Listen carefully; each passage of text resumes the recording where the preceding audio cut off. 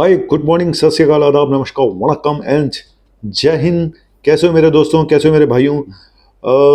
मुझे मालूम है कोविड के पेशेंट बढ़ते जा रहे हैं और आपके दिल में एक थोड़ा सा चिंता होना लाजमी है, क्योंकि आगे ने शबाना आजमी है।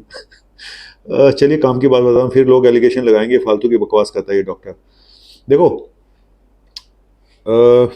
केसेस तो भी बढ़ेंगे, ये मैं पहले भी बता चुका हूँ, और पीक जो आएगा मुझे अब लगता है कि शायद 15 से 20 तारीख के बीच में पीक आ सकता है, 20 तारीख के आसपास पीक आ सकता है। मैंने 15 को बोला था, मुझे लगता है 5 दिन अभी और डिले हो सकता है। मौसम विभाग से ज़्यादा अच्छी जानकारी मैं दे देता हूँ। लेकिन सबसे बड़ी चीज़ जो कल की ये खबर है कि डब्ल्यूएचओ ने बोला है जी, ये जो वेरिएंट है अभी जिस वजह से केसेस आ रहे हैं 1.16, ठीक है, पहले 1.15 था, और ये बाकी वेरिएंट से 1.5 से 2 गुना ज्यादा इन्फेक्शियस है। मतलब इतनी तेजी से फैलता है। अब तक का सबसे ज्यादा तेजी से फैलने वाला वेरिएंट अगर कोई है तो वो ये है 1.16। चलिए मान लिया। इस हिसाब से मुझे लगता है कि ऑलरेडी 22 देशों में मिल चुका है, और बाकी पूरे भारत के बाद भ्रमण करने के बाद ये पूरे वर्ल्ड का भ्रमण करेगा, इसमें कोई डाउट नहीं है।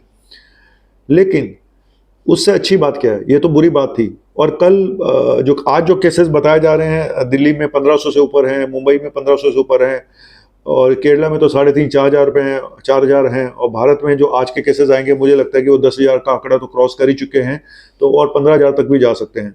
तो ये आने वाले टाइम में पूरे देश में फैल चुका है, ऑलरेडी फैल चुका है। जो लोगों को लग रहा है कि फैलेगा, ये फैल चुका है सर। ये 1 महीने से कहानी चल रही थी, किसी को पता नहीं था, पता चली 15 दिन पहले।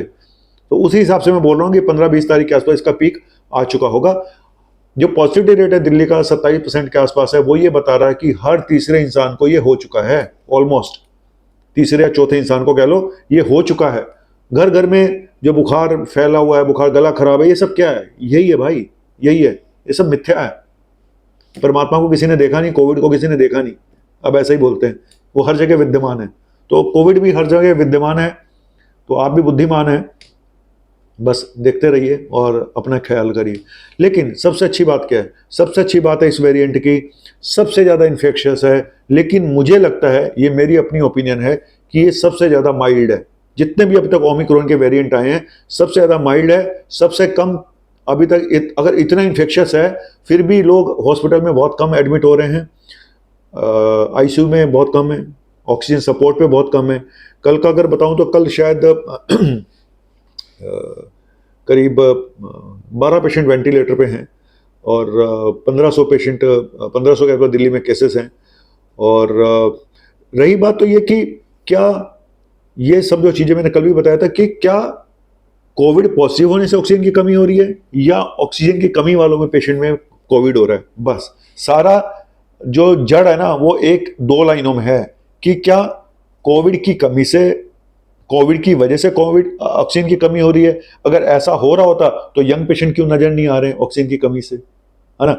दूसरा ये कि जिनको ऑलरेडी इतनी कोमॉर्बिड है, जो इतने सीरियस हैं, जहां पे ऑक्सीजन की कमी वैसे भी होनी थी, बहाना कोविड का बन गया, कोविड वायरस का, हो सकता है उनको फ्लू हो जाता, हो सकता है उनको बैक्टीरियल निमोनिया हो जाता। तो जो इतने सीरियस पेशेंट हैं, जो ऑलरेडी बेड रिडन है, जो कभी भी कुछ भी जिनके साथ हो सकता है, उनमें अगर कोविड की वजह से डेथ हो रही है, या कोविड की वजह से पेशेंट सीरियस हो रहे हैं, तो हम उनको यही बोलते हैं कोविड रिलेटेड, ना कि कोविड से हुई डेथ। यानी कोविड एक इंसिडेंटल फाइंडिंग बन के रह जाता है।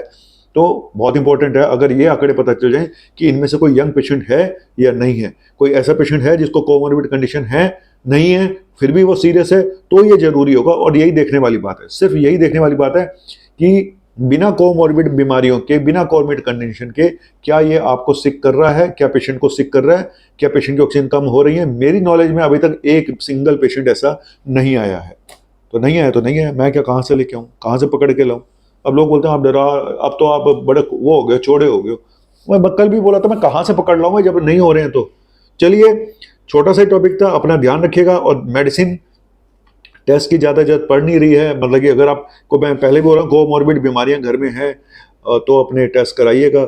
और दवाइयों के नाम पे सिर्फ एक पैरासीटामोल आप ले सकते हैं, एक एंटी एलर्जिक, गले में खराश है तो उसकी ले सकते हैं, कफ सिरप है ले सकते हैं, कफ एक्सपेक्टोरेंट लग सकते हैं अगर आपको वेट बलगम आ रही है, अगर आपको ड्राई कफ है तो ड्राई कफ सिरप ले सकते हैं। इसके अलावा कोई एक आधा मल्टीविटामिन लेना चाहे, प्रोबायोटिक लेना चाहे, अगर पेट खराब है तो प्रोबायोटिक ले लें साथ में, ठीक है। तो ये सिम्टोमेटिक ट्रीटमेंट है, कोई स्पेसिफिक एंटीवायरल कुछ इस बार कुछ नया कुछ भी नहीं है, कुछ भी नहीं है, ठीक है। तो घबराने की मुझे नहीं लगता कोई बात है, और ये इस तरह से आता जाता रहेगा। आज ये वेव आई है तो ठीक है, ये साल भर बाद दोबारा भी आ सकती है, ये चलता रहेगा प्रोग्राम अगर आपको लगता है। लेकिन मैंने जैसे पहले भी बोला, जितना ज़्यादा म्यूटेट करेगा ओमिक्रॉन उतना ही वीक होता जाएगा, उतना ही ज़्यादा संक्रामक होता जा रहा है, उतना ही ज़्यादा इन्फेक्शियस होता जा रहा है, उतना ही ज़्यादा वीक होता जा रहा है, ठीक है। कहते हैं वो शमा जो बुझने से पहले बहुत ज़्यादा फड़फड़ानी शुरू हो जाती है, तो वैसे ही बहुत ज़्यादा फड़फड़ा रहा है, लेकिन ताकत नहीं बची है। कब बुझ जाए पता नहीं है, बुझ जाएगा फिर उठ खड़ा होगा, फिर फड़फड़ाएगा, फिर बुझ जाएगा। तो ये चलना सीख चुका है, हम भी चलना सीख चुके हैं इस वायरस के साथ। ये ऐसे ही आता जाता रहेगा, तो मुझे नहीं लगता ऐसी कोई घबराने वाली बात ना आपके लिए है ना मेरे लिए है। तो मस्त रहिए, अपना ध्यान रखिए। कोविड की वजह, इस फैलने की वजह से कई जगहों पे मास्क मैंडेट कर दिया गया है, जहाँ पे भी मैं तो ये बात तो मैं हमेशा बोलता हूँ कि आजू बाजू अगर आके कोई बीमार है तो मास्क लगा लो। आपको अगर वायरल फीवर हो रखा है या गला खराब है, आप मास्क लगा लो।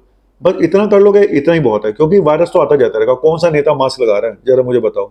भाषण देने में तो हर कोई है, रैलियों में कौन सा मास्क लगा के भाषण दे रहे हैं नेता लोग।